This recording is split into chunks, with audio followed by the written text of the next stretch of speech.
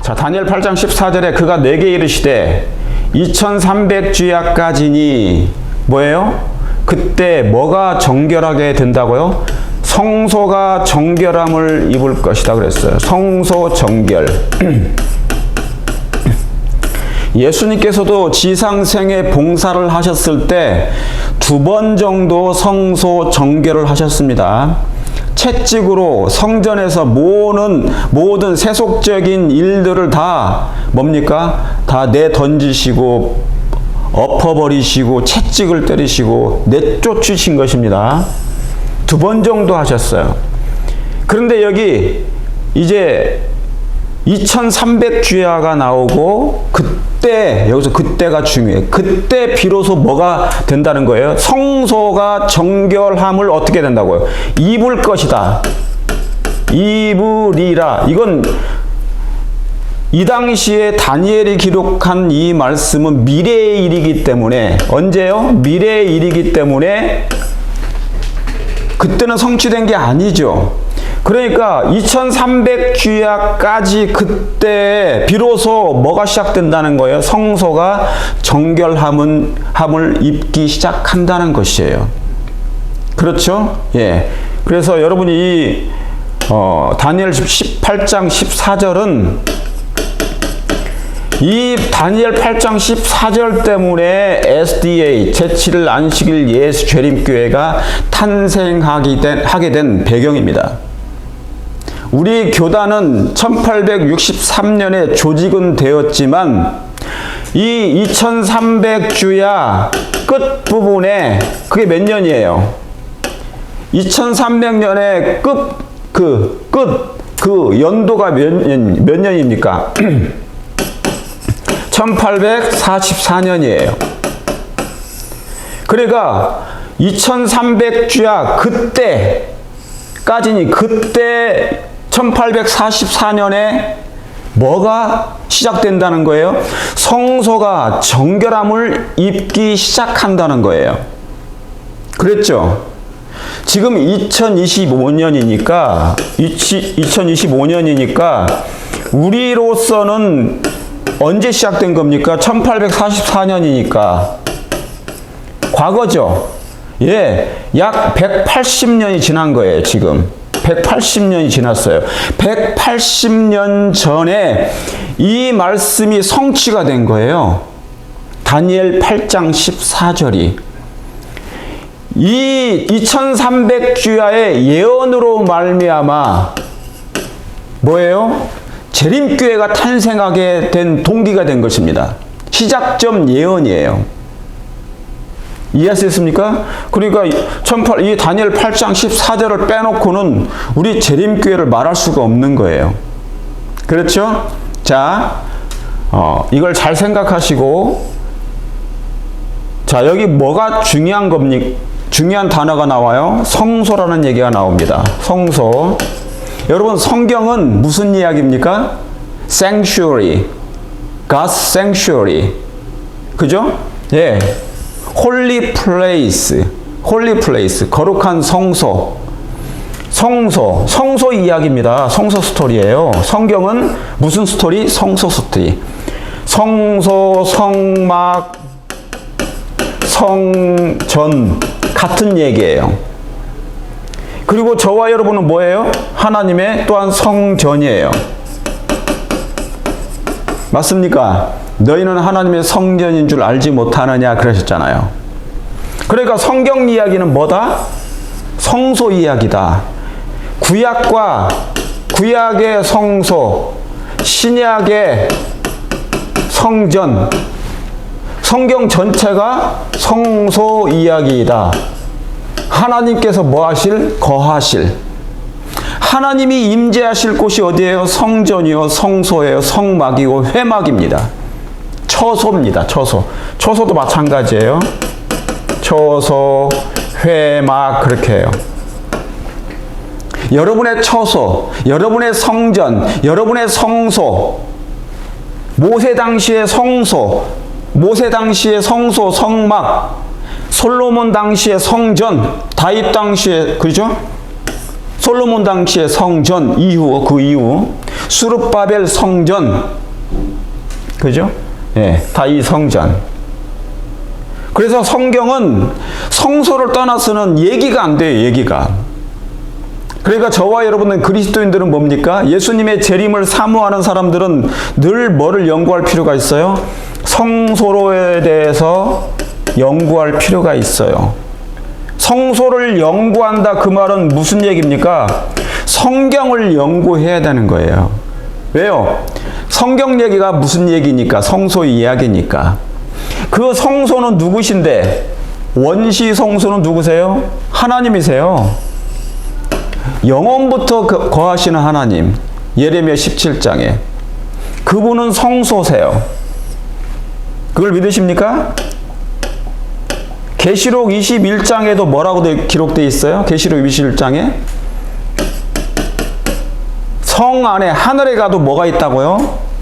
성 안에 내가 성전을 보지 못하였으니 이는 주와 그 하나님이, 예수님이, 어린 양이 뭐가 되심이라? 성전이 되심이라.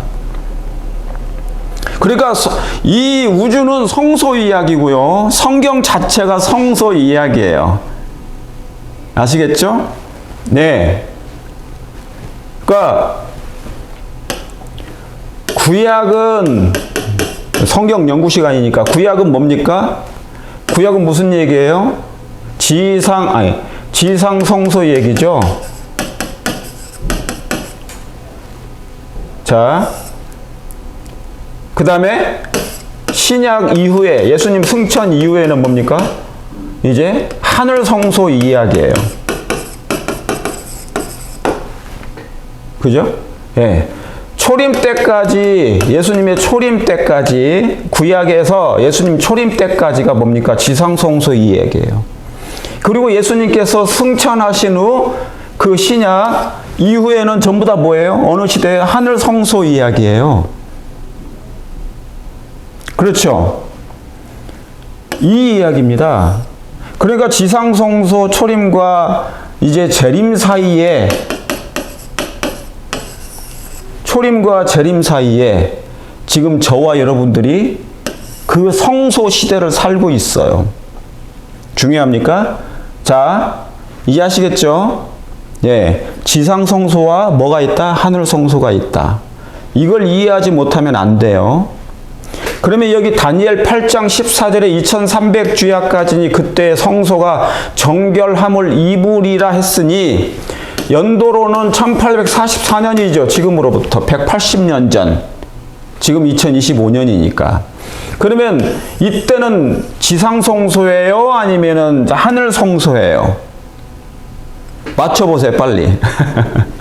예, 1844년이니까 예수님이 이미 뭐 하신 거예요? 하늘에 승천하신 때잖아요. AD 31년 예수님이 십자가에 돌아가신 이후에 부활하셔서 하늘로 승천하신 이후의 기간이니까 2300주야까지니 그때 성소가 정결함을 입으리라. 그때가 1844년이에요. 그러니까 이때는 언제 때요? 무슨 성소? 하늘 성소 이야기예요. 하늘 성소 봉사입니다. 자, 성경은요, 성소 이야기인데 성소는 예수님의 생애예요. 예수님의 뭐예요? 생애. 제가 이거 옛날에 많이 했어요. 찾아보시면 나옵니다. 성소에 관련된 거. 굉장히 중요한 거예요.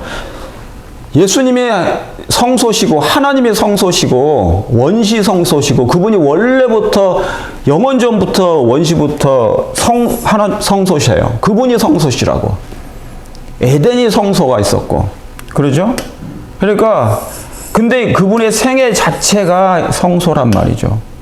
이 성소를 이해하지 못하면 진리를 다 이해하지 못해요. 현대 진리를. 아시겠죠? 예. 자, 여기에서 모든 생애가 다 이루어집니다. 자, 예수님의 생애가 성소지요. 저와 여러분의 생애 또한 성소에서 이루어져요. 지금 우리는 어디에서 살고 있어요? 지상 성소가 아닌 하늘 성소 봉사에서 우리는 살고 있어요. 그걸 믿으십니까? 예. 자, 이걸 생각하셔야 돼. 자, 보겠습니다. 다음 그림. 자, 이스라엘의 7대 절기 그림을 제가 하나 그냥 카피해 왔어요. 여러분이 다 아시는 내용이기 때문에 제가 굳이 따로 만들 필요가 없어서 이미 만들어진 그 구글에서 찾아온 것입니다. 자, 이스라엘의 7대 절기. 봄절기가 있고 가을절기가 있어요. 봄절기, 그 다음에 뭡니까? 가을절기가 있죠. 그죠? 네. 다 아시는 것처럼 봄절기는 뭐예요? 유월절, 그 다음에 뭐예요? 무교절. 유월절은 1월 14일이에요. 정월 14일.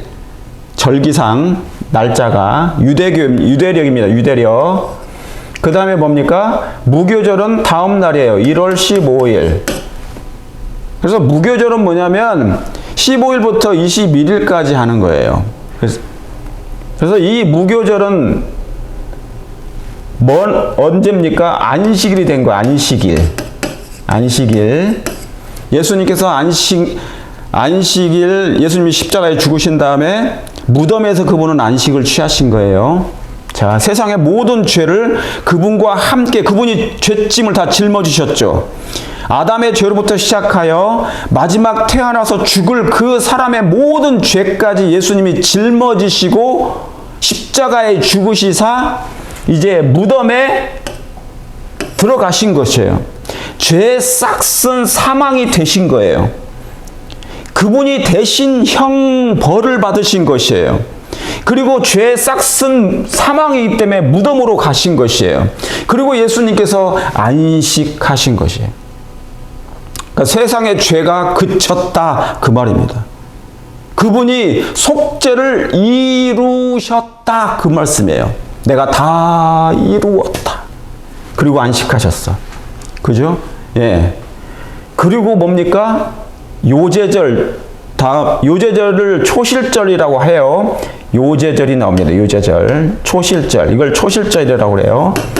요제절. 그죠? 이건 뭘 상징하, 이게 뭡니까? 언제예요? 1월 16일이에요. 1월 16일. 그 다음 날이죠. 6월절은 1월 14일, 무교절은 1월 15일, 그 다음에 초실절, 요제절은 1월 16일. 이게 뭡니까? 이게 언제예요? 안식 후 첫날. 예, 안식 후 첫날. 일요일이죠. 이른 새벽에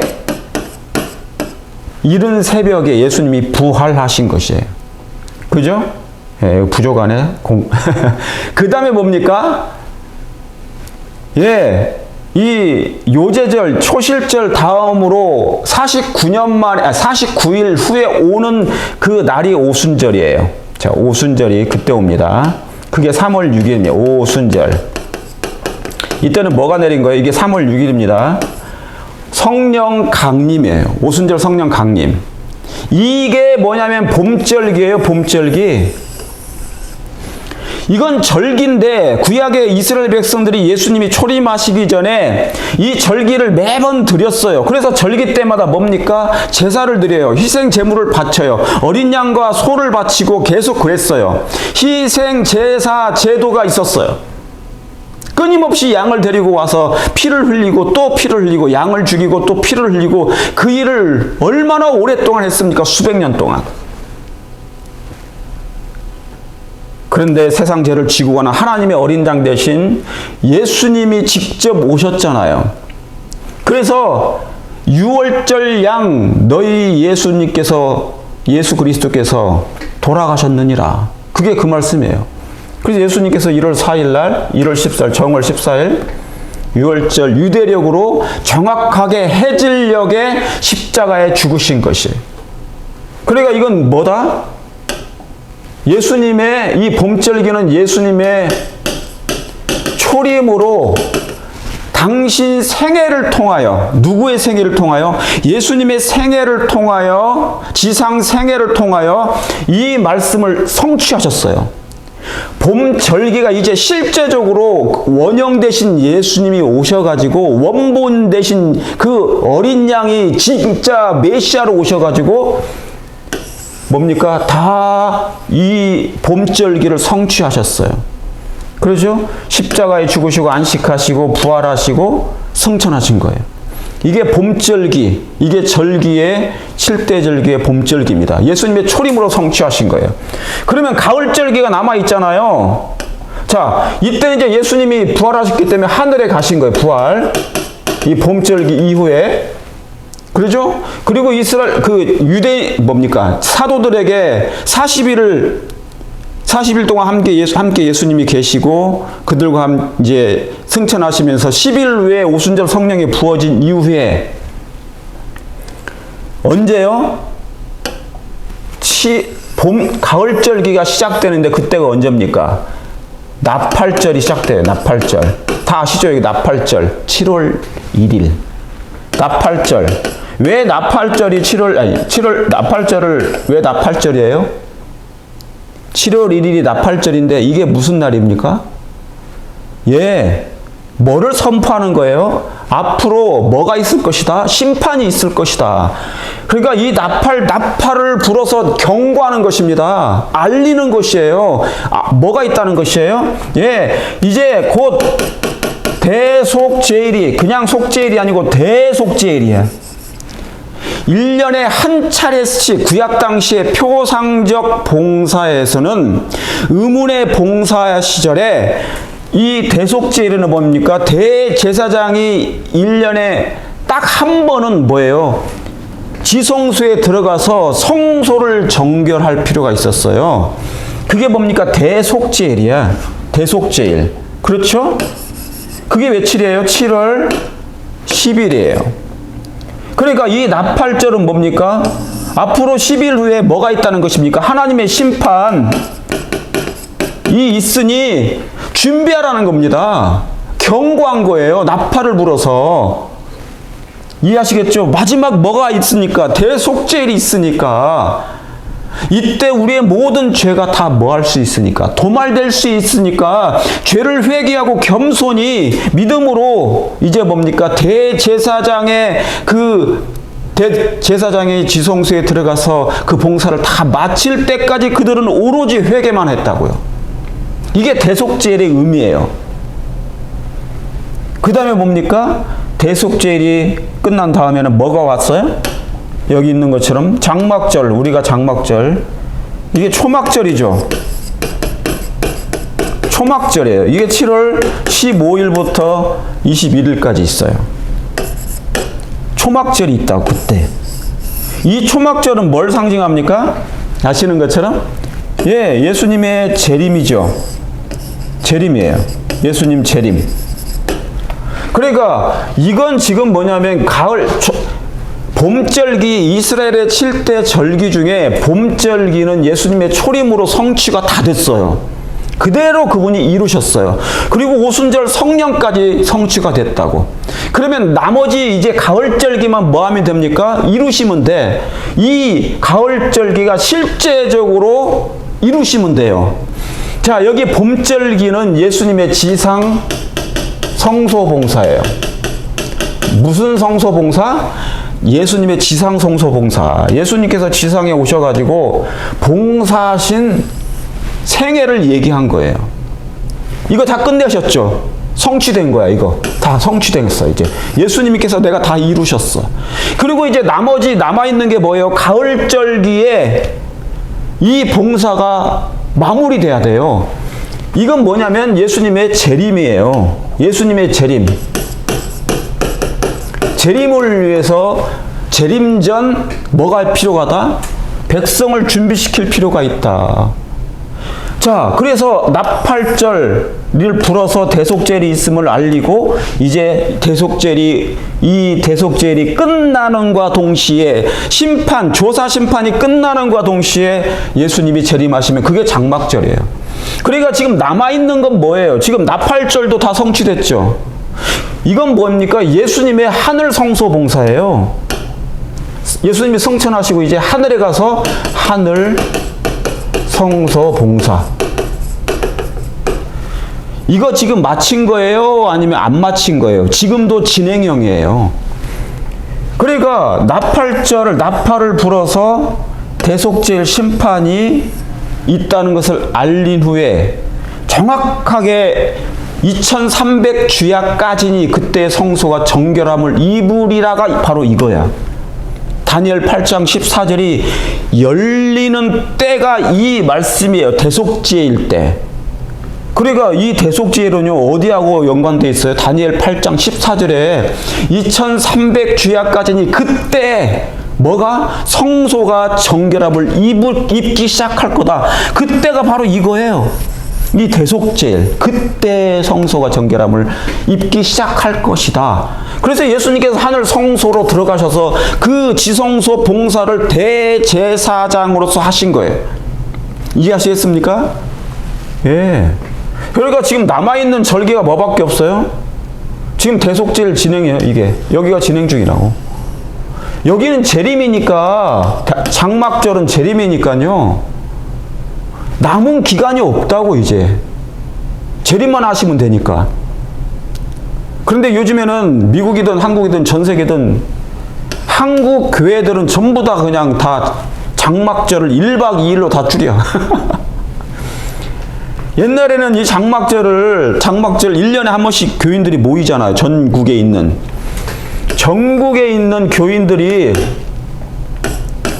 모여서 집회를 하는 거예요. 뭔 때? 장막절 때. 이 장막절이 뭐를 상징하는데? 뭐를 표상하는데? 초막절이잖아요. 장막절, 초막절 똑같은 얘기예요. 뭐를 상징한다고요? 예수님의 재림. 그러면 예수님의 재림을 상징하면 장막절 때는 다 뭐 해야 됩니까? 전국에 있는 사람들이 다 뭐 해야 돼요? 모여야 돼. 뭐 하는 거니까? 예수님 재림하실 때니까. 그런데 요즘에는 뭡니까? 장막절 집회를 1박 2일로 그냥 끝내는 때가, 시기가 돼버렸어. 그런 때가 돼버린 거예요. 그러니까 뭐든지 다 줄어들어 지금. 그죠? 예배도 사라지고, 모이는 것도 없어지고, 그러죠? 예, 집회도 간단하게. 그러니까 하나님의 말씀을 듣는 것 이제 귀찮다. 그런 시대가 돼버렸어. 예. 안타까운 현실이 되고 있는데 이게 예언 성취예요. 어쩔 수 없어요. 우리 재림교회가. 지금 세상은 살아 움직인다. 세상에 있는 하나님의 백성들이 있어요. 자, 제가 나눕니다. 이게 세상이에요. 이게 바벨론 세상. 바벨론 세상이에요. 여기에 하나님의 백성들이 있어요. 많아요. 지금 재림교회 안에 계시는 성도님들보다 더 많아. 어디가 저 세상 이 바벨론 가운데 있는 하나님의 백성들이. 지금 각 합회에서 교회에서 침례자가 숫자가 나오잖아요. 우리는 그걸 보고 되게 좋아하는데, 에? 그 숫자 몇 명 잘 나왔다고 상 주고 그러지 않습니까? 챔피언, 침례 챔피언. 얼마나 부끄러운지 몰라. 아무리 그렇게 해도 침례자가 많이 나와도 나오는 게 아니야. 그래도 여전히 하나님의 백성들은 밖에 더 많다. 내 백성아, 계시록 18장에 늦은 비 성령과 큰 외침을 통하여 세상 가운데 있는 하나님, 바벨론 가운데 있는 하나님의 백성들이 그때 그 하나님의 큰 외침을 듣고 이제 하나님께 돌아올 거예요. 하나님께 돌아옵니다. 재림교회로 돌아오지 않아요. 그때는 교회가 와야 됩니다. 1월 법령이 되면 교단 자체가 의미가 없어요. 그때는 하나님의 백성과 사단의 백성으로 나눠지는 때예요. 1월 법령, 2료 법령이 내려지잖아요. 그러면 교단은 와야 됩니다. 왜요? 다 도시를 떠나야 되니까. 그리고 합회나 연합회 대총회 지회가 지시해 줄 수 있는 게 없어요. 이미 성경상으로 예언의 신에 다 이미 뭐 하셨습니까? 말씀해 놓으셨어요. 예언해 놓으셨어요. 너희는 산에 있는 자들은 도망할지어다 그랬다고. 그때 도시에 남아있다가 대총회장님이 알려주시겠지. 아니요. 이미 성경에 예수님이 알려주셨어. 그러니까 1월 법령이 나면 그때는 뭡니까? 교회들이 와야 돼요. 진짜 교회는 뭡니까? 이제 백성들이 교회가 되는 거야. 어디에? 적은 무리들이. 도시에 남아있을 수가 없잖아요. 왜요? 매매를 금지당할 거니까. 자, 그래서 1월 법령이 나면 그때는 뭡니까? 누가 지시해서 할 수 있는 게 아니에요. 성령의 늘 지도를 받는 사람들이 그 음성을 듣고 가는 거예요. 아시겠습니까? 도시에 남아있든지 시골에 가든지. 그러나 분명하게 매매를 금지당한다. 자, 이제 통제가 그때 확실해지는 때 살고 있는 거니까. 통제 시대에 통제. 자, 그래서 그때 하나님께 돌아오는 사람들이 이 사람들이에요. 재림교회 안에 건물 안으로 들어오지 않아요. 그때는 하나님의 백성과 사단의 백성이 딱 분리되는 때가 되는 거예요. 세상에 교단과 교파가 많잖아요. 그때는 교파가 사라져요. 오직 하나님의 백성과 사단의 백성이 홍해처럼 나누어지게 될 것이에요. 그때가 언제냐고요? 이때요. 1월 법령이 나고 나서 이제 하나님께서 놀라운 권능의 복음이 증거되게 하실 때. 아시겠죠? 그때 나눠지게 될 것입니다. 그래서 하나님의 백성과 사단의 백성이. 그런데 지금 우리가 재림교인들이 착각하는 게 뭔지 아세요? 지도자들이 착각하는 게 뭐예요? 바벨론에 있는 세상에, 바벨론 세상 가운데 있는 하나님의 백성들이 더 많아요. 재림교회는 아주 미미하다고. 신천지 교회보다 우리는 한인교인들은 더 적잖아요. 세계 전 세계를 합친 거 말고, 예? 한국 재림교회가 100년이 넘었는데 아직도 출석 생수는 5만 명밖에 안 돼. 그런데 우리는 그거 가지고 되게 기뻐해. 지도자들은. 아, 우리가 이렇게 부자가 됐다. 이렇게 거대하게 성장했다. 제가 보니까 기관들만 성장하는 것 같아요. 기관들만. 이익 창출하는 그 부분만 성장하고 있어요. 돈 때문에. 자, 그런데 여기 바벨론 세상 가운데 여기 재림교회. 여기 뭡니까? 우리 재림교회예요. 여기에도 하나님의 백성들이 있죠. 재림교회 안에. 하나님의 백성들 있어요. 그런데 여기에 먼저 된 자가 나중되고 나중된 자가 먼저 될 거예요. 여기서도 나눠져. 여기 재림교회 안에도 하나님의 백성이 있고 사단의 백성이 이게 나눠져 있어요. 근데 여기 안에 있는 하나님의 백성들은 뭡니까? 아주 극소수야. 또 그러니까 재림교회 안에 있는 하나님의 진짜 백성은 극소수고 세상 바벨론 가운데 있는 하나님의 백성들은 많아. 그러니까 이제 뭐냐면 나중에 자리바꿈이 돼요. 그래서 나중에 이 극소수 하나님의 백성과 재림교회 안에 있는 우리 재림교회 안에 있는 하나님의 극소수의 백성과 세상 밖에 있는 하나님의 백성, 바벨론 가운데 있는 하나님의 백성들이 나중에 도킹을 하게 돼요. 언제? 1월 법령 후에 큰 외침 후에 늦은 빛 성령을 받게 되면 그때 그 사람들이 이제 진짜 하나님의 백성들이다. 그래서 하나님의 인침을 받게 돼요. 그러면 지금 현재 재림교회 안에 있는 하나님의 백성들, 자, 한국 전 세계 말고 전 세계는 한 2,400만 명 되는데 우리 한국 재림교인들은 얼마나 돼요? 숫자로는 재적수로는 재적수는 20만이라고 하지만 언제 때부터 20만이야 도대체가? 늘질 않아. 응? 들어오는 곳은 되게 좁은데 나가는 문이 더 커. 응? 뒤로 나가자면 빠져나가는 게 더 많아요. 왜 그래요? 교인들을 양육을 안 하는 거예요. 홍해를 건넜으면 이제는 광야에서 하나님의 말씀을 가르쳐야 되는데 이게 이 양육을 안 한 탓에 결국은 뒤로 나가는 사람들이 더 많아.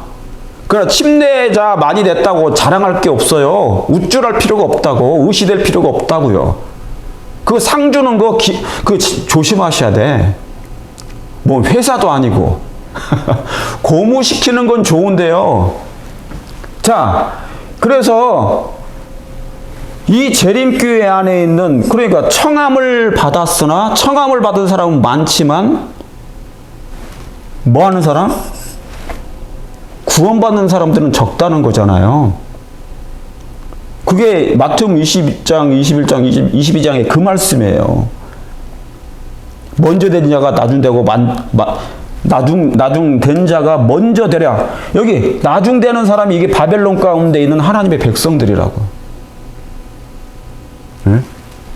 이게 심각하죠? 우리 재림교회가 대속죄를 알고 있으면 뭐하냐고. 자, 이게 그 말씀이죠. 지금까지 드렸던 말씀이에요. 잘 보일런지 모르겠지만 이스라엘의 7대 절기, 봄절기, 그리스도의 초림, 가을절기, 예수님의 재림. 자, 봄절기는 예수님께서 이미 당신의 생애를 통하여 다 성취하셨어. 그러죠? 예수님의 생애를 통하여 성취하셨다고요. 이렇게 번제단, 유월절, 그죠? 예수님이 침례 받고 내려오실 때 이게 뭐냐면 여기가 지상성소 봉사, 여기 지상성소, 지상봉사, 예수님의 지상봉사. 이게 성소에 있어서 뜰에서 하셨던 예수님의 생애에 있었어요. 지상성소 봉사. 그래서 번제단에서 예수님이 십자가에 죽으신 거잖아요. 그죠? 예수님이 하늘에서 내려오실 때 인성을 취하시고 내려오신 거잖아요. 인성을. 이렇게 오실 때. 그래서 인성 사람이 되신 거예요. 그러면서 뭡니까? 나는 빛이라, 나는 생명의 떡이라. 요한복음 6장. 만나, 생명의 떡이라. 그분은 늘 기도하셨고, 그분은 세상에 빛이셨고, 촛대. 그러면서 뭡니까? 물두멍. 그분이 침례를 받으셨어. 이게 생애잖아. 성소는 예수님의 생애예요. 그리고 번제단에 예수님께서 십자가에 죽으신 거예요. 내가 다 이루었다. 그러니까 성소는 예수님의 확실한 생애. 예수님의 생애. 이루셨다. It is done. 다 이루었다. 이루셨다. 그랬죠? 이제는 우리 차례야. 그리고 예수님께서 어떻게 하셨어요? 하늘 성소로, 하늘로 승천하셨잖아요. 승천하시고 이제 예수님의 재림, 가을절기가 시작돼야 된다고. 때가 차면. 우리는 믿음으로 어떻게 되고요? 이제 따라 들어가야 돼. 예수님을 개인의 십자가에, 예수님을 개인의 구주로 영접하고, 예수님을 개인의 구주로 영접하고, 그분의 피를 의지하며 영접하고 믿음으로 따라 들어가면서 침례를 받잖아요. 자, 여기가 물두멍 침례예요. 침례가 전부가 아니라니까요. 여기 칭의인데. 그 다음에 뭡니까? 이제 성소로 따라 들어가야 돼. 하늘로. 그리스도인은 몸은 지상에서 살지만 정신과 마음은 하늘에 있어야 돼요. 어디에? 예수님을 따라 들어가야 된다고, 같이. 이게 뭡니까? 그래서 성화가 되는 거예요. 성화. 성화는 여기에서 되는 거예요. 이 첫째 칸 성소, 둘째 칸 지성소가 아니고 첫째 칸 성소에서 성화된 생애를, 이게 그리스도인의 생애야. 그리스도의 생애. 그러니까 저와 예수님도 성소를 이루셨고, 이제 저와 여러분도 성소에서 생활을 하는 거예요. 이해하시겠죠? 우리도 지금 여기서 살자고 있잖아. 여기 첫째 칸 성소 1번, 여기 지성소 2번. 이 1번에서 성화를 이루어야 된다고. 그런 다음에 이제 뭡니까? 여기는 예수님의 하늘 성소 봉사가 승천 후에 계속 지속된 거죠. 자, 그림으로 다시 확인하면 여기 번제단, 지상성소죠. 여기 물두멍. 그 다음에 이제 여기 성소가 있고, 여기는 하늘을 상징하는 거예요. 성소와 지성소는. 하늘을 상징하는 거예요. 이게 성소와 지성소는. 그렇죠? 그래서 제사장이 피를 가지고 성소로 들어가잖아요. 예수님이 승천하시자마자 어디로 들어가셔요? 예, 여기 지상에서 하늘로 승천하셔서 하늘 성소 첫째 칸에 들어가셨어요. 이게 첫째 칸이에요. 제사장으로서 그 봉사를 옛날 표상적 봉사 구약에서 했던 것처럼 예수님이 친히 이제 하늘 성소로 들어가셔서 제사장으로서 봉사를 또 해주시는 거예요. 인류를 위하여. 여기서 몇 년 동안? 1810년 동안. 언제까지? 2300 주야가 시작되는 그 즈음까지 첫째 칸 성소에서 봉사를 하신 거예요. 이해하시겠습니까? 예. 그래서 예수님이 들어가신 거야. 그렇죠? 예. 중요합니까? 예. 그래가지고 이 말씀 다니엘 8장 14절에 그가 내게 이르시되 2300 주야까지니 그때 성소가 정결함을 입기 시작하더라. 그러니까 그때가 언제라고요? 여기는 첫째 칸 성소. 예수님이 승천하시자마자 바로 들어가신 곳. 승천 후 첫째 칸 하늘 봉사예요. 하늘 봉사. 하늘 성소 봉사예요. 이것도 하늘 성소 봉사예요. 이게 예수님께서 승천하시자마자 첫째 칸에서 봉사하기 시작한 거예요. 몇 년 동안? 1810년 동안. 언제까지? 2300 주야까지. 그게 언제예요? 1844년. 그러니까 이 첫째 칸 성소에서 떡상 있고 분향단 있고 촛대가 있는 이곳에서 예수님은 뭡니까? 당신의 의로 말미암아 예수님께 회개하고 주님을 붙잡는 자들에게 끊임없이 당신의 피를 휘장에 딱 뿌렸어. 이 제사장의 역할이 바로 이 1810년 동안 이 첫째 칸 하늘 성소에서 봉사하신 것이 제사장으로서. 이해하시겠죠? 언제까지? 1844년 10월 22일까지. 이게 바로 뭐냐면 그가 내게 이르시되 2300 주야까지니 그때 비로소 성소가 정결함을 입기 시작할 거다고. 이게 뭐냐면 이때가 1844년 대속죄일이 이제 시작되는 거예요. 대속죄일. 다 아시지만 지금 반복 잠깐 짚고 넘어가는 거예요. 남은 교회가 왜 탄생했는지, 어떻게 탄생했는지, 재림교회가 어떻게 만들어졌는지, 이 대속죄일이 시작점을 알리는 거예요. 시작점. 이때부터 뭐가 된다고요? 성소가 정결함을 입기 시작하는 거예요.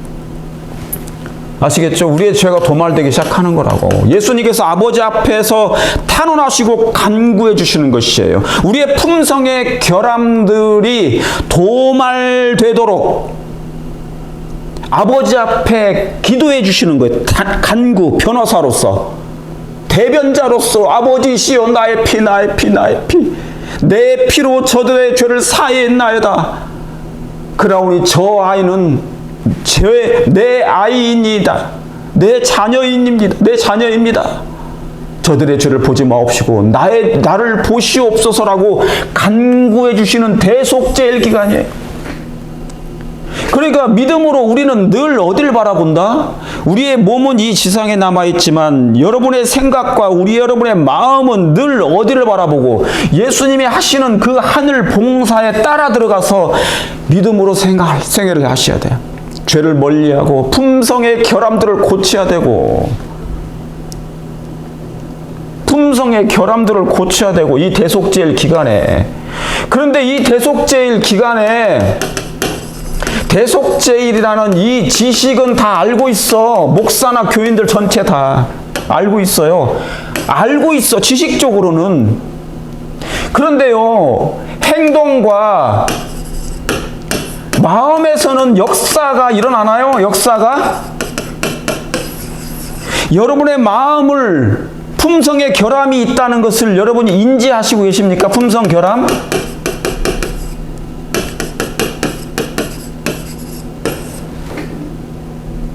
그런데 이상하게 목사님들이 높은 자리에 가면 합회장, 그리고 부장, 임부장, 연합회장, 임부장, 지회장, 임부장, 대총회장, 임부장, 거기에 가면 갑자기 행동이 왜 바뀌죠? 어떻게 바뀌어요? 행동이 어떻게 바뀌어야 되는데? 겸손하게 바뀌어야 되는데.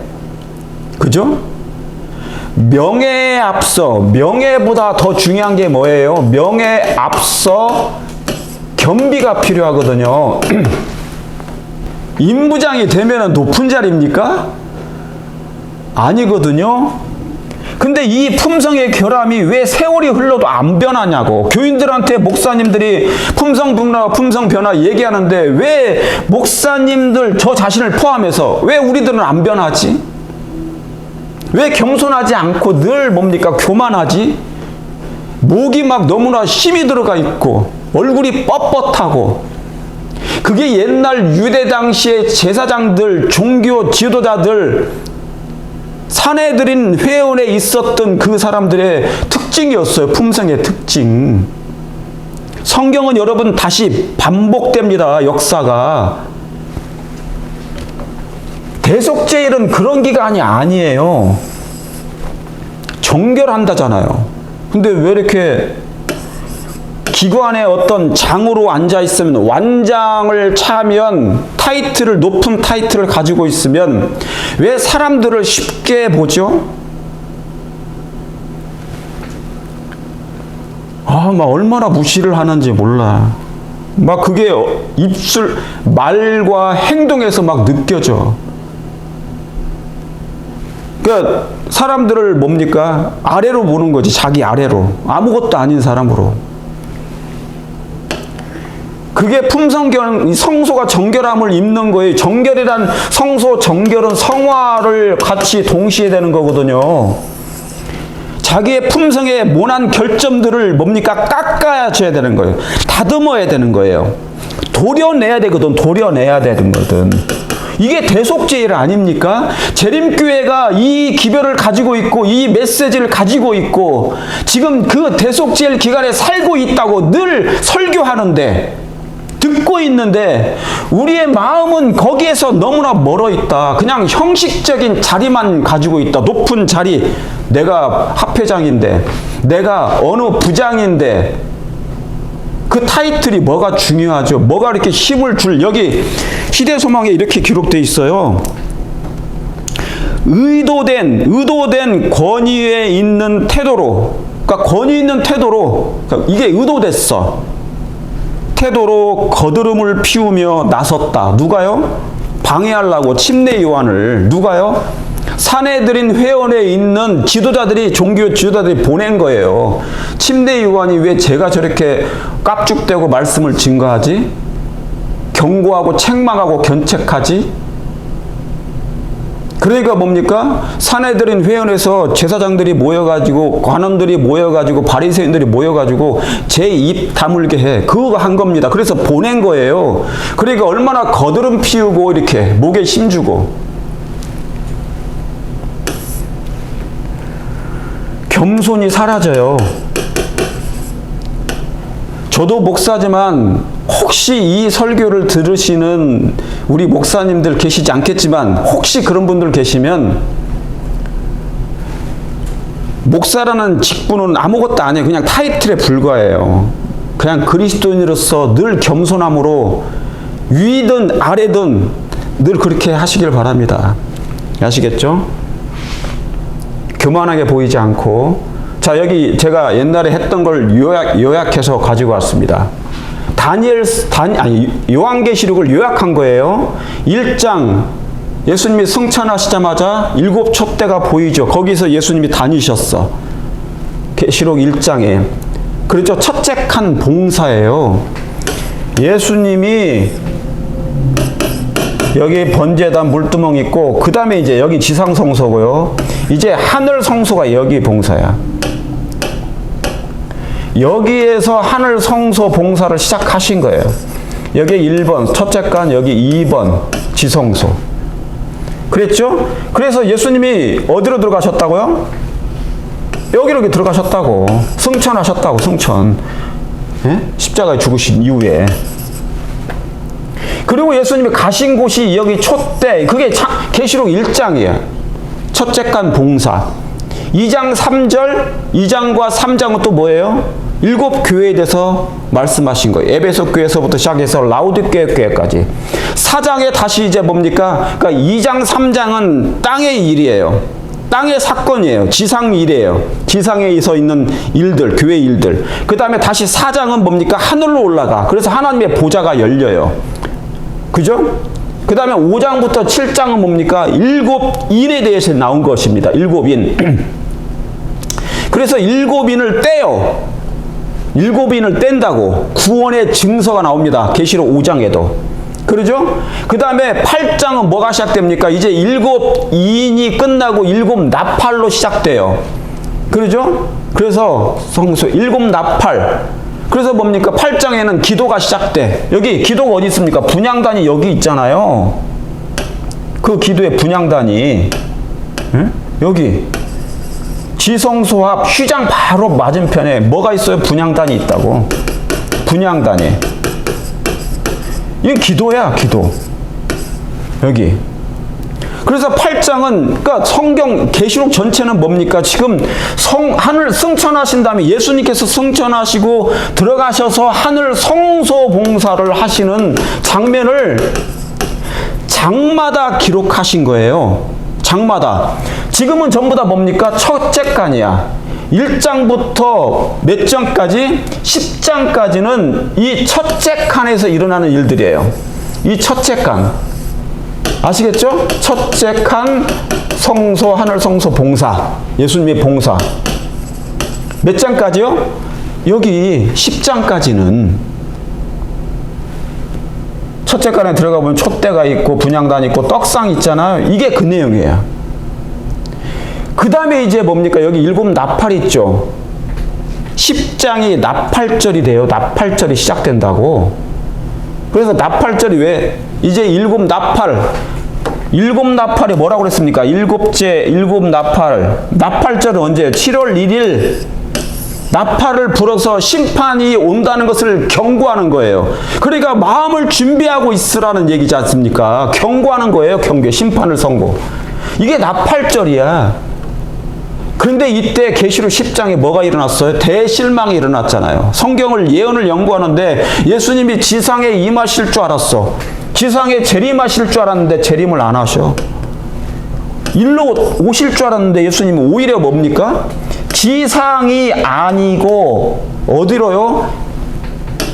계시록 11장은 지성소로 들어가시는 거예요. 오히려 하나님 앞으로 가시는 거예요.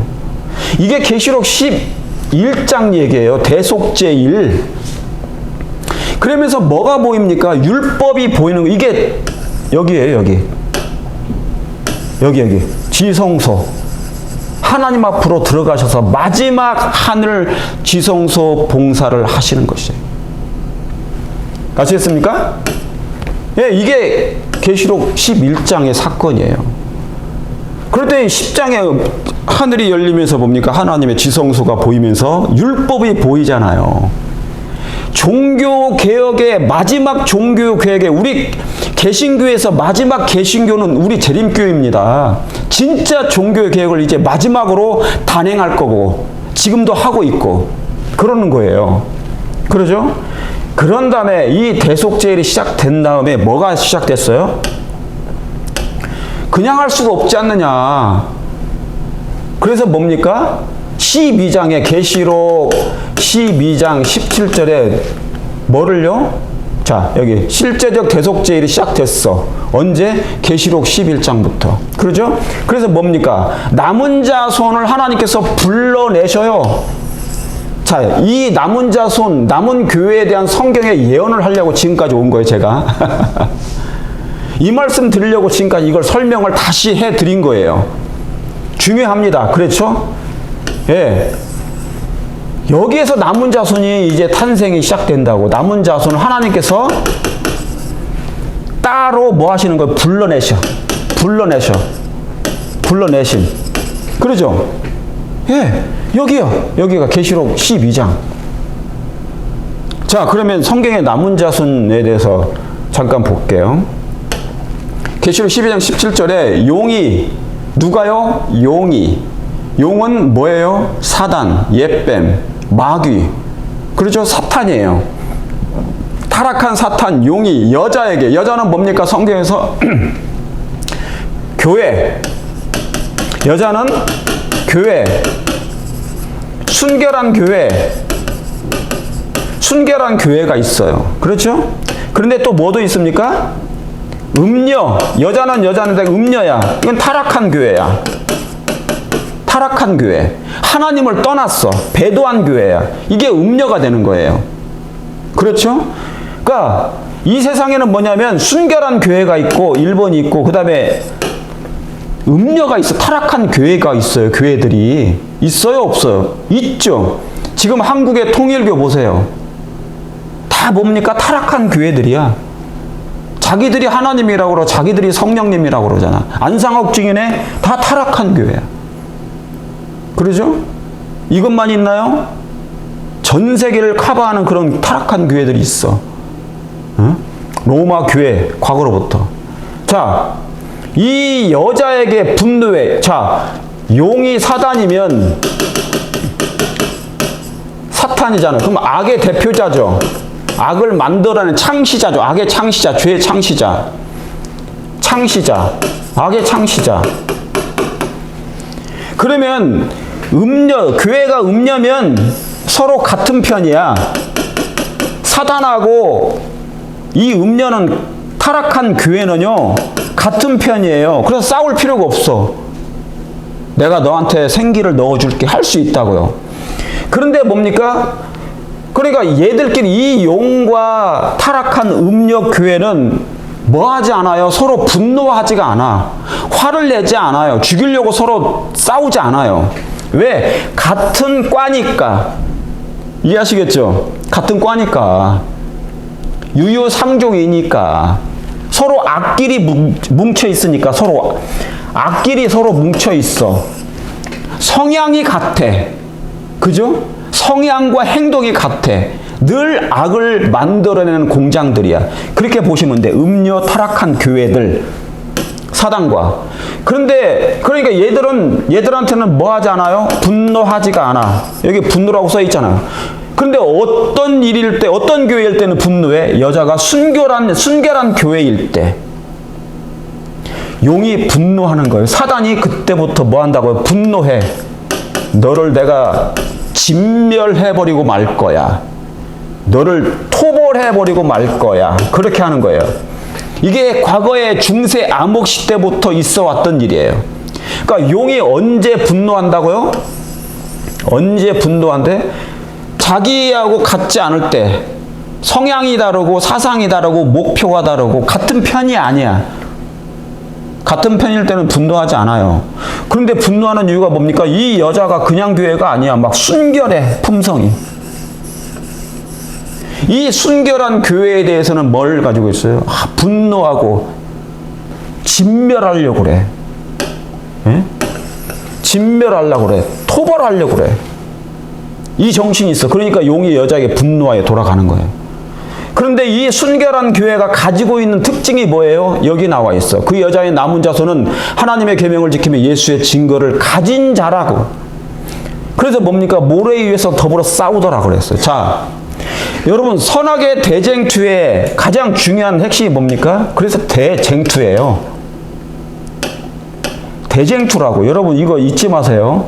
대쟁투라는 것을 잊지 마세요. 하도 들어와가지고 이게 뭔 말인가 그냥 흔한 얘기 같지만 싸운다는 거예요. 싸워요.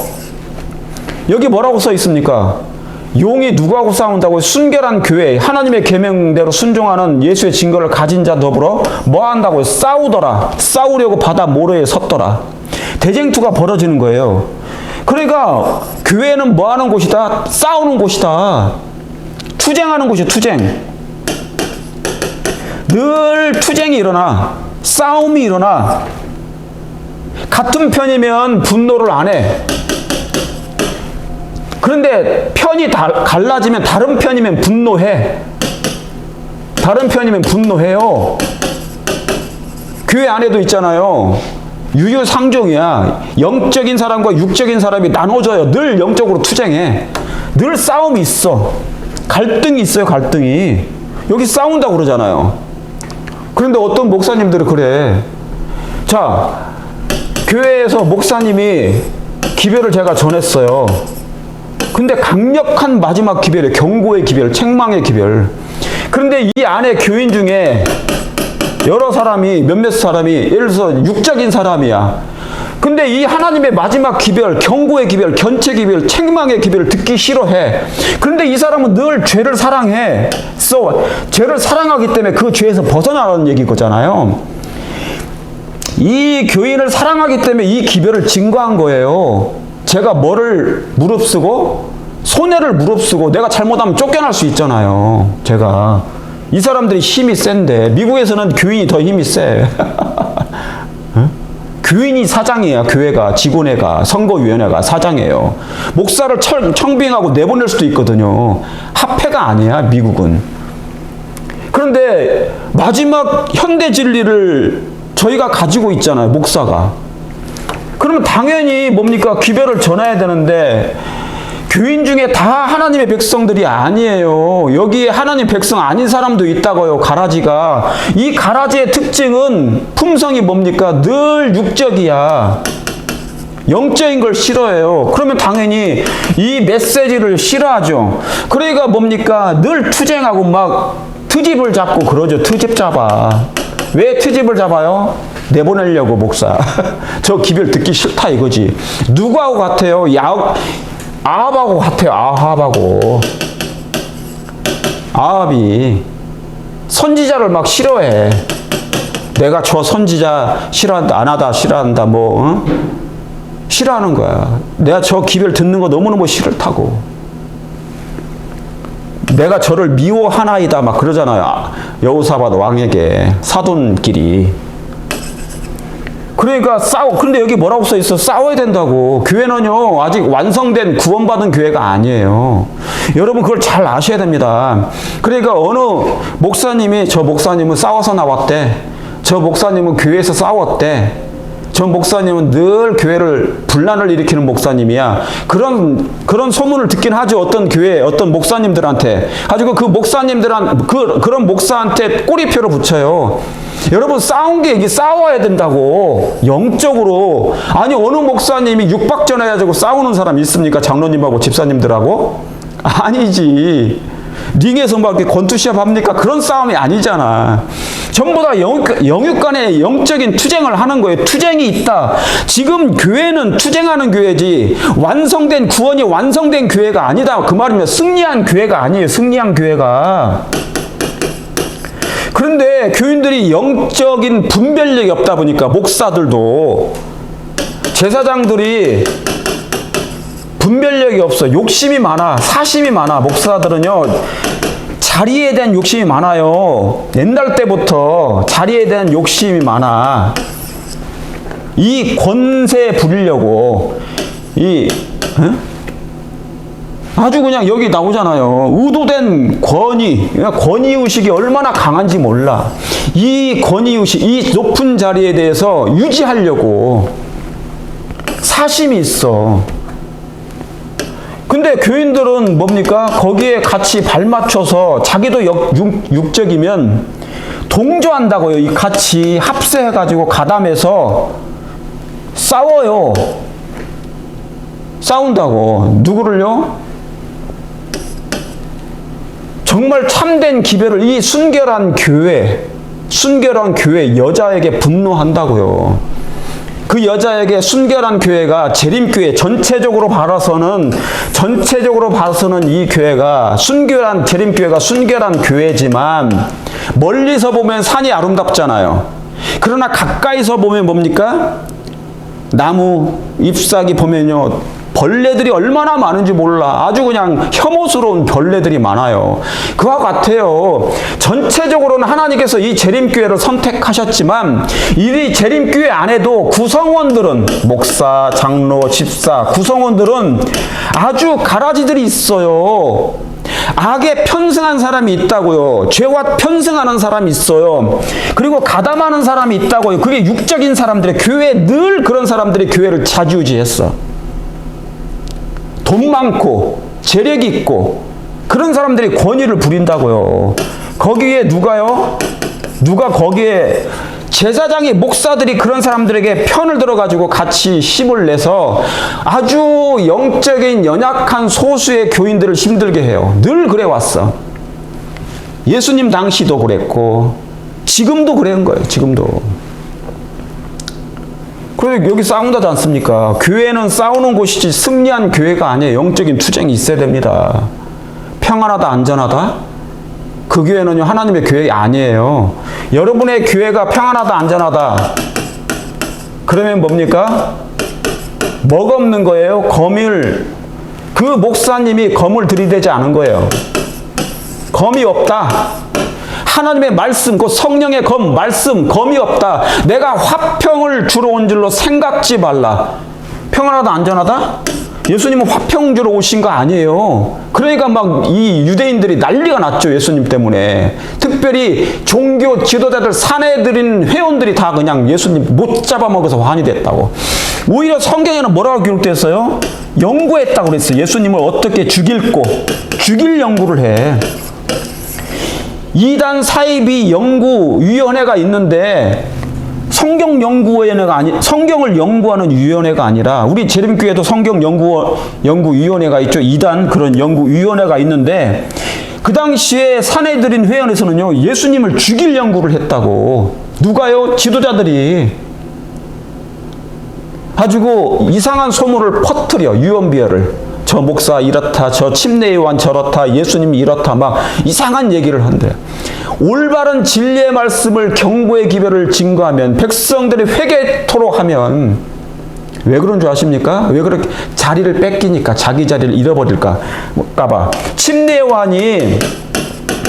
침례요한이 개혁자예요. 개혁자. 아시겠습니까? 침례요한은 뭐라고요? 개혁자예요. 당시의 개혁자라고요.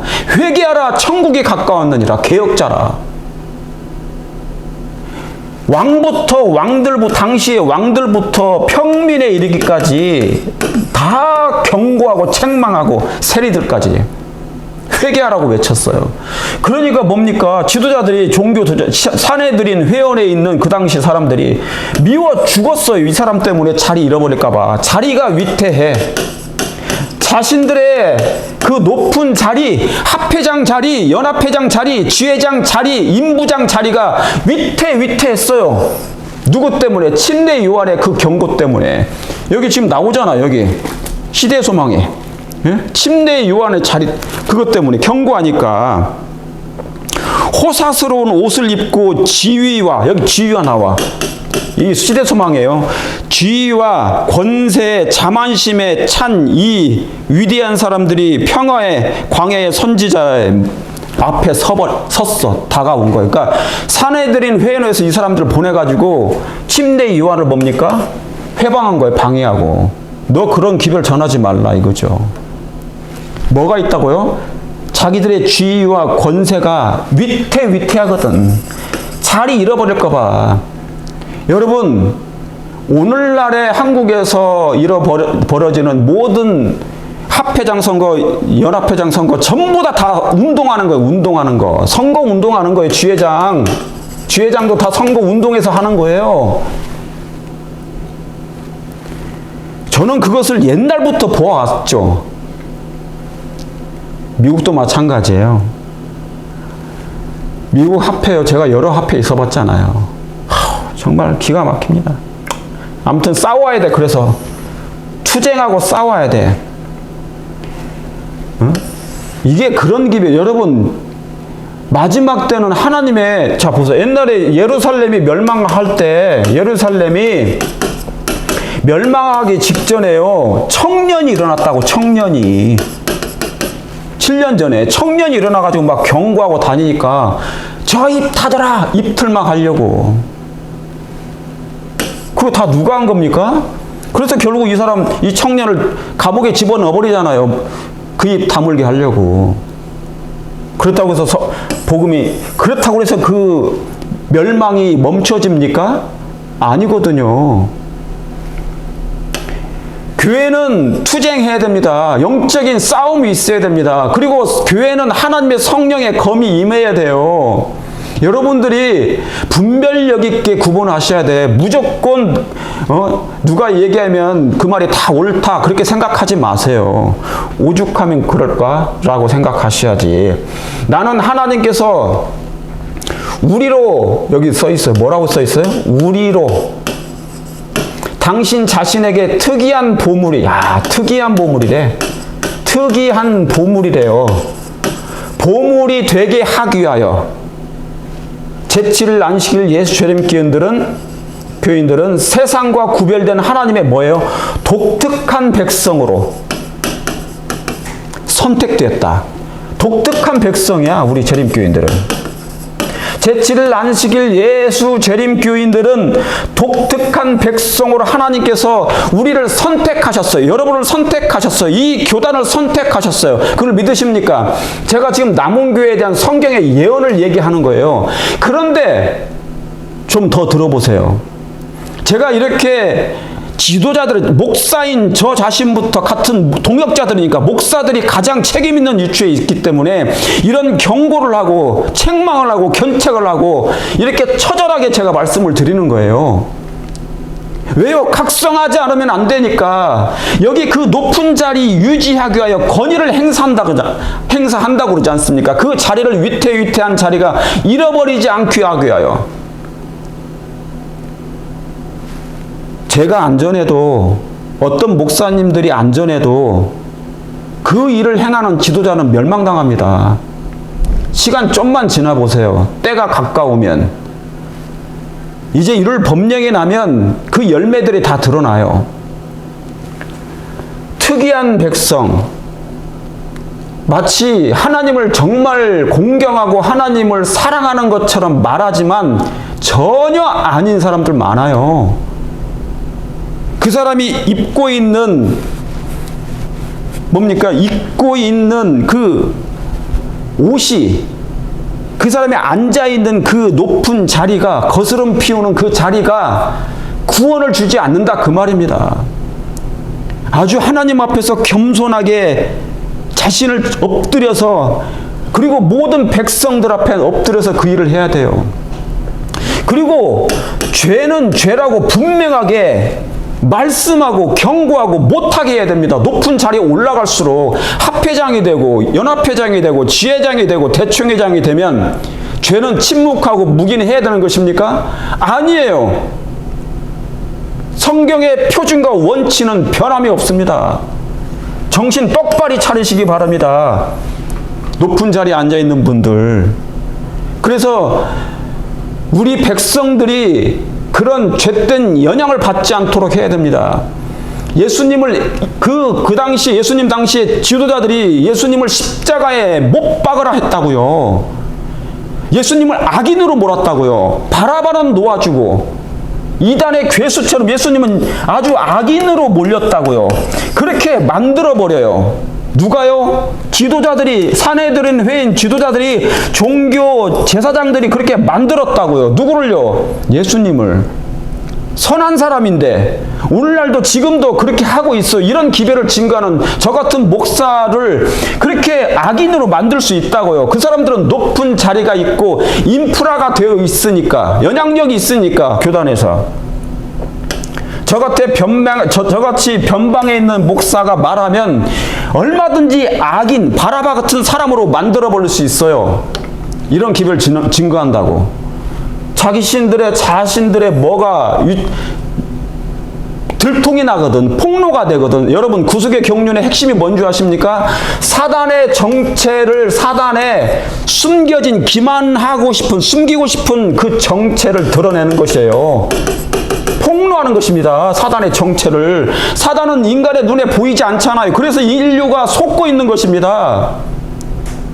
지도자들이시여, 정직한 지도자 900명 목사, 한국의 900명의 목사들 중에 정직한 목사님이 800명 넘을 거예요. 그러나 그 나머지 있는 사람들, 높은 주위에 있는 사람들이 혹 있거든. 그들의 이상한 정체가 드러나면, 숨겨왔던 정체가 드러나면 이걸 경고하면 뭡니까? 그 경고한 목사들이나 기별자를 뭐 할 수 있어요?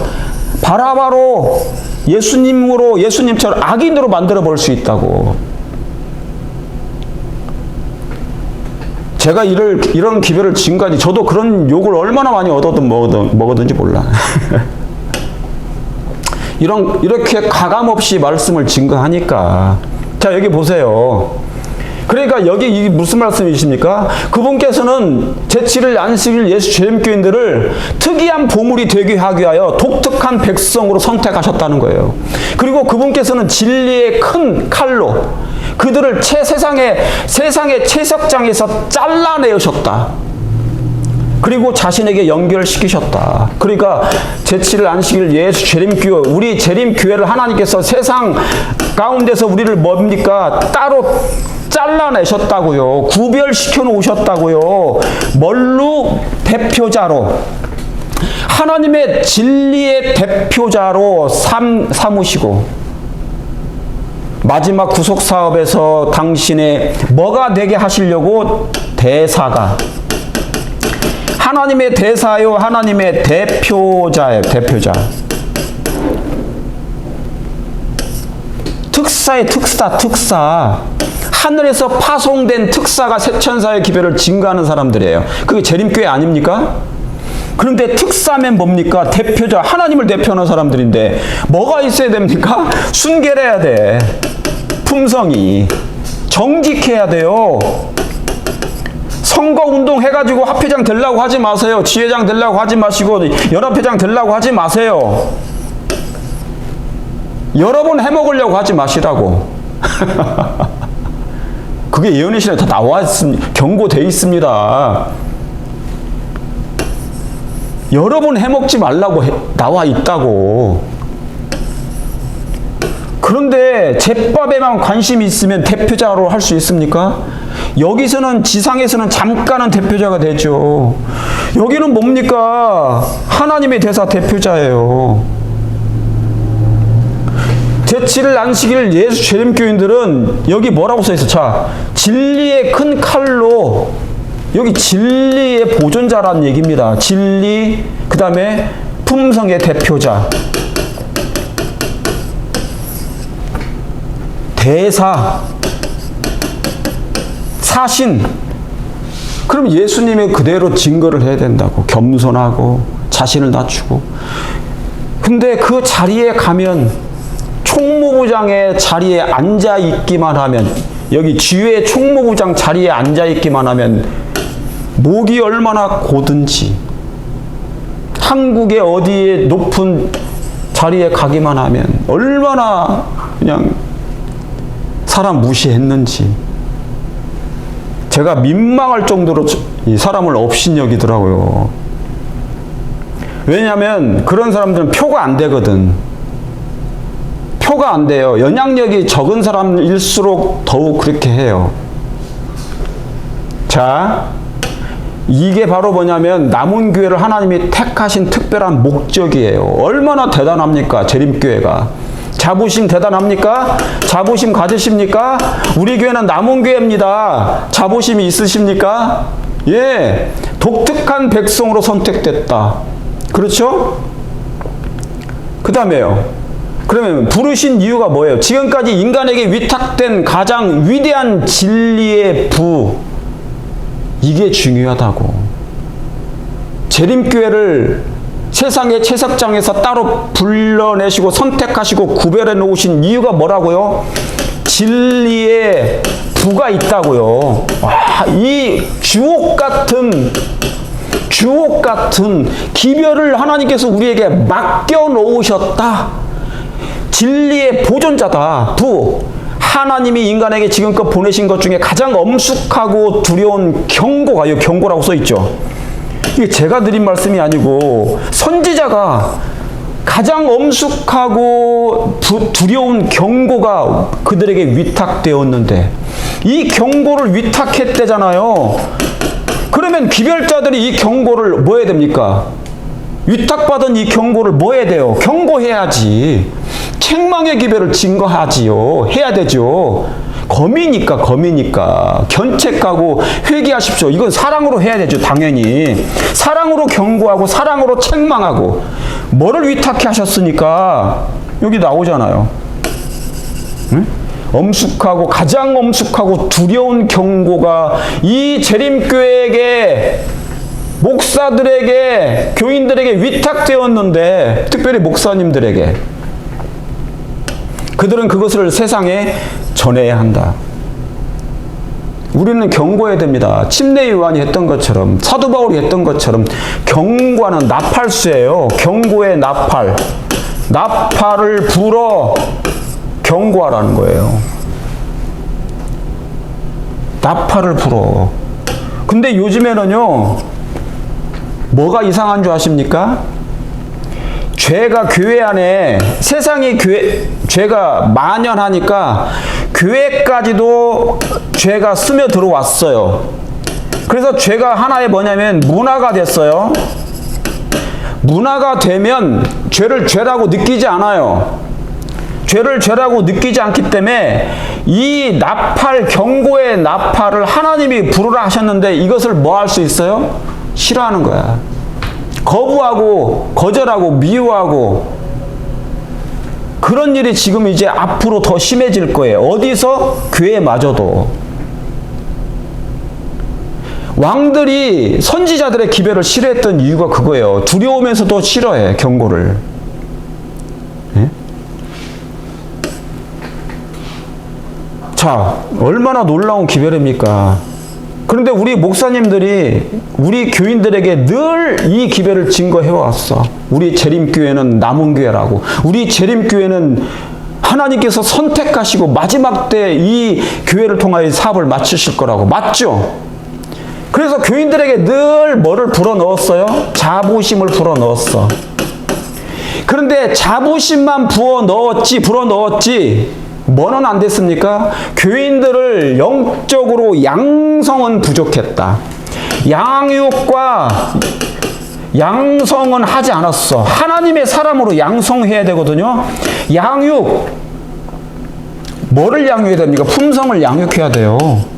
예수님의 아름다운 품성, 성령의 9가지 열매를 맺도록 하도록, 그걸 해야 되는데, 자리만 어디 좀만 잘하면 어디 자리로 불러.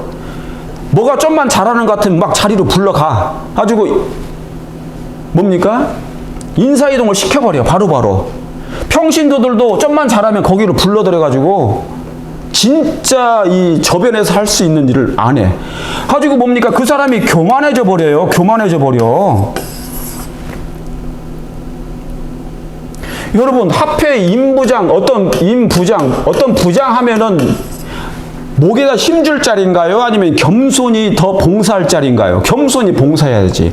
그런데 우리 한민족, 한국 사람들의 그 민족성이 있잖아요. 자리를 주면요, 자리를 딱 주잖아요. 거기에 올라가잖아요. 사람이 태도가 바뀌어. 태도가 있잖아요. 예전과 달라져. 얼굴색이, 표정이, 말이, 눈빛이 달라져요. 목에 힘이 들어가.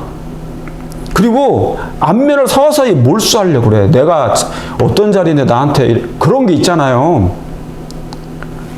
이상한 민족성이 있어. 그런데 여러분, 제가 여기 미국에서 살고 있지만 미국 목사님들 합회장, 지회장 뭐 이런 분들 있잖아요. 연합회장 다 만나고 임부장들 보면요, 전혀 그런 게 없어요.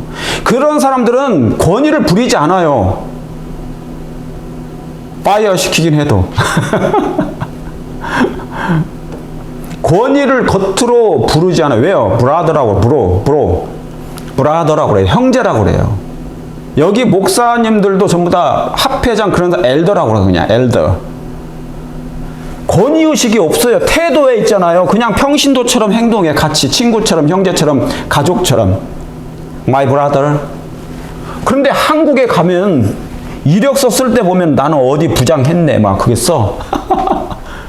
이게 전부 다 뭡니까? 남은 교회에서 나타내는 이게 태도라고요. 지금 예의가 없어. 예의가. 젊은 목사들도 예의가 없어요. 미국에 오면. 왜 예의가 왜 없어지지? 인생을 오래 살았던 그 선배에 대한 예의는 갖춰야 되잖아.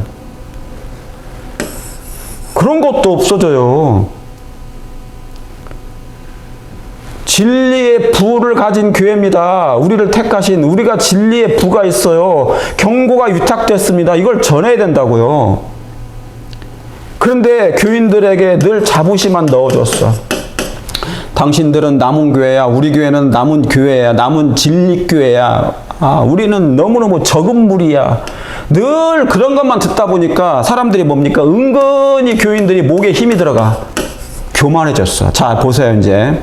제가 오늘 드린 말씀이. 자, 진리의 부 잊지 마세요. 우리에게 진리의 부, 세천사의 기별, 현대 진리가 진리의 보존자예요. 율법의 보존자로 가지고 있다. 율법의 보존자. 장로교회는 이 진리의 부를 다 가지고 있지 않아요. 성소를 이해를 못하고 계시록을 이해 못한다고. 그럼에도 불구하고 그들은 겸손해. 얼마나 친절하고 착한지 몰라. 착해요. 겸손하고 착한 사람 많아요, 세상에. 근데 우리 교회 오면은 더 막 부담스러워. 어떤 교인들은, 어떤 목사님들은 너무너무 이게 귀만 넓어져 가지고 들은 것 많으니까. 근데 마음은 겸손이 없어. 편하지가 않아, 마음에. 같이 옆에 있으면 막 편하지가 않아. 부담스러워 죽겠어. 율법의 보관자라는 게 뭐예요? 품성의 옹호자란 말이에요. 품성의 옹호자. 이게 진리의 부를 우리에게 위탁하셨는데